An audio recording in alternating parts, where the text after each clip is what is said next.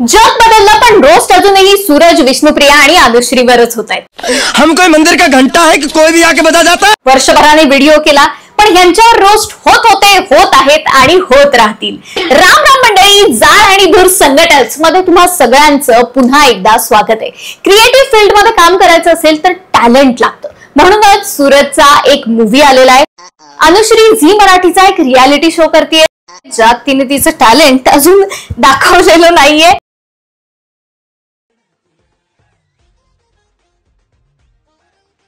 आणि विष्णुप्रिया आजकाल पॉडकास्ट करतेय म्हणे, हे मला त्याच्यावर झालेल्या रोस्ट मधून कळलं। बहुतेक यालाच सक्सेस म्हणतात। सूरजचा झापूक झुपूक नावाचा पिक्चर आलेला आहे, जे आपण वर्षानुवर्ष रील्स वरती पाहिलं तेच जाऊन मोठ्या पडद्यावरती 2.5 ते 3 तास आपल्याला बघायला मिळणार आहे। याला गरीबे गरीबे करत ज्या लोकांनी बिग बॉस जिंकवलं तीच लोक कमेंट मध्ये म्हणतायत की आम्ही पण सूरजचे फॅन आहे, आम्ही पण गरीब आहे, पिक्चर युट्यूबला आला तरच बघणार। बिग बॉस वाल्यांनी एक सर्वसामान्य मुलगा समोर आणला आणि त्याच्यासोबत इमोशनली लोक कनेक्ट झाले, त्याला सिंपती दिली। हे पाहिल्यानंतर झी मराठी वाल्यांना काही गप्प बसवलं नाही, त्यांनी डायरेक्ट एक शो आणला, चल भावा सिटी, ज्यामध्ये त्यांनी सगळेच गरीब आणले आणि सगळेच गावाकडचे आणले।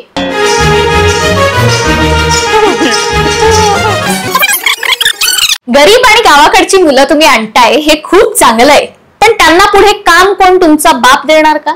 शो चालला, लोकांच्या इमोशन्स कनेक्ट झाल्या, TRP मिळाला, पण ज्या व्यक्तीला तुम्ही आणलं त्याला पुढे काय स्कोप आहे हे कोण बघणार? बरं, गावाकडची पोरं आणली आणि त्यांना शिकवायला आणल्या सिटी सुंदर्या, त्यामध्ये आहे अनुश्री। मला माहित नाही ती कोणती सिटीत राहते, पण ठीकच आहे, तिला जो पार्टनर दिला तो पण व्हायचा, ती पण व्हायची, तो तिच्या घरापासून 15 मिनिटं अंतरावर राहणारा, पण ती सिटीतून आली आणि तो गावाकडचा।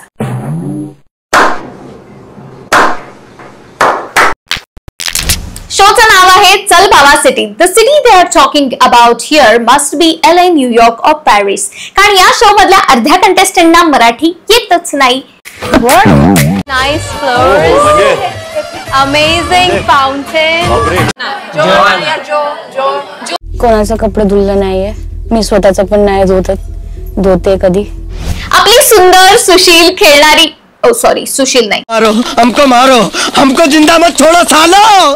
आपली सुंदर, हसणारी, खेळणारी, नाचणारी अनुश्री तिकडे जाऊन मात्र डायरेक्ट कडक लक्ष्मी झालेली आहे। तिकडे जाऊन पहिलवानाला म्हणते तुझ्या दम असेल तर बोल। अरे त्याने जर दम दाखवला ना तर तुला पहिली टमटम घेऊन घरी जावं लागेल। इथं आपले श्रेयसजी विचारतायत की काय आहे हे? काय भोपळा? सिटी मध्ये आम्ही काय म्हणतो याला? पंपकिन। भाऊ म्हणला भोपळा, तर श्रेयसजी म्हणले नाही भोपळा नाही, पंपकिन। सिटी मध्ये याला पंपकिन म्हणतात। मी जन्मल्यापासून सिटीतच राहते, पण मी पण ह्याला भोपळाच म्हणते। तुमच्या सिटी मध्ये काय फक्त इंग्रजीच बोललं जातं का श्रेयसजी? कौन है ये लोग,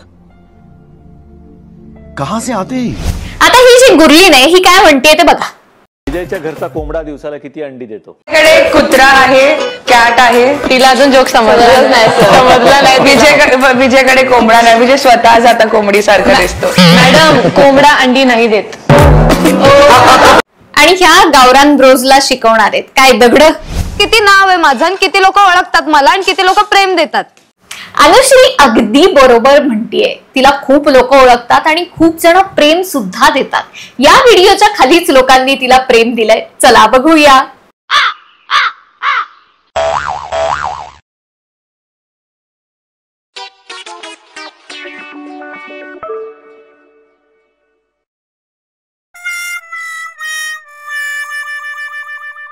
आणि किती लोक प्रेम देतात।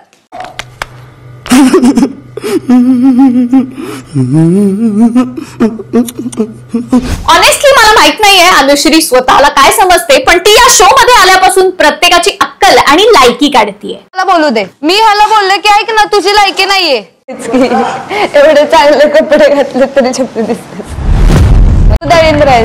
मिरच्या खातीच आहे ब्रो, डोकं वापर ब्रो। मला असलं डोकं फिरलं की अरे काय येडी आहे। तिला किती म्हणजे नाही का डोकं किती असावं माणसाला, त्यांची बुद्धी किती चालती हे आपण सगळ्यांनीच पाहिलेलं आहे, त्यांचं सगळंच आपण सगळ्यांनी पाहिलेलं आहे ऍक्च्युली. पण एकाला भुसकाटच पाडलंय, ही जर डायरेक्ट खटक्यावर कार्यक्रम केलाय. तुम्ही सिटी सुंदरी आहात यार. मला नाही वाटत अनुश्री सिटी सुंदरी आहे, ती गावठी सुंदरी आहे. सप्पळ बोलतो तोंडावर. सिटी सुंदरी नाही, गावठी सुंदरी आहे भावा. मी तिला पहिल्यापासून ओळखत असताना मी तिला वेगळी बघितलेली, तिथं ही आली ती वेगळीच बघितली. डोंट वरी भावा, सगळ्यांनीच वेगळी पाहिली आहे तिला. आजकाल काम मिळण्यासाठी एक नवीन क्रायटेरिया मार्केटमध्ये आलेला आहे. तुम्ही गरीब असणं किंबहुना तुम्ही गरीब दिसणं जास्त महत्वाचं आहे. तुम्ही सर्वसामान्यांमधून पुढे चाललेले असाल, तुम्ही गरिबीतून पुढे चाललेले असाल की बास, मग तुमचा पिक्चर येणार, बिग बॉस मिळणार, रियालिटी शो मिळणार, सगळं मिळणार. आजपर्यंत कित्येक कलाकार होऊन गेले ज्यांना खायला प्यायला सुद्धा मिळत नव्हतं, तरी सुद्धा त्यांनी कलेची सेवा केली. मरेपर्यंत त्यांनी त्यांची कला जगाला दाखवली आणि ते कधी हे म्हटले नाहीत की मी गरीब आहे म्हणून मला बघा, मी तुमच्यातला सर्वसामान्य पुढे चाललोय बाबा म्हणून मला बघा. खरं तर सूरजचा कधी पिक्चर आलाच नसता, पण बिग बॉस सारखा मोठा शोचा विनर आणि त्याला पुढे काम मिळालं नाही हे ऐकायलाच कसं तरी वाटतंय. त्यामुळे बिग बॉसने सांगितलं केदार शिंदेना की हा पिक्चर काढायचा, जिओ सिनेमाला सांगितलं प्रोड्यूस करायचा आणि अशा प्रकारे सूरजचा पिक्चर आला. हा पिक्चर बनवताना केदार शिंदेंनी पूर्णतः सैराट फील घेतलेला आहे. म्हणजे अगदी आहे तसा गरीब मुलगा घेतला, त्याची आहे तशी भाषा ठेवली, मस्त लेवलचं प्रोडक्शन केलं, गाणी चांगली काढली. पण एकच डिफरन्स आहे सैराट आणि याच्यामध्ये, ते म्हणजे 100 कोटीचं कलेक्शन.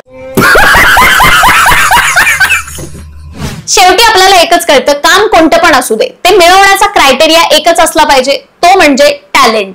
पण तसं सूरजमध्ये पण टॅलेंट आहे. तुम्ही म्हणाल कसलं, तर डायलॉग चोरण्याचं टॅलेंट सूरजमध्ये आहे. कारण हा जो झापूक झुपूक चाललेला डायलॉग आहे ना, तो त्याचा नाही तर रावडी नेताचा आहे.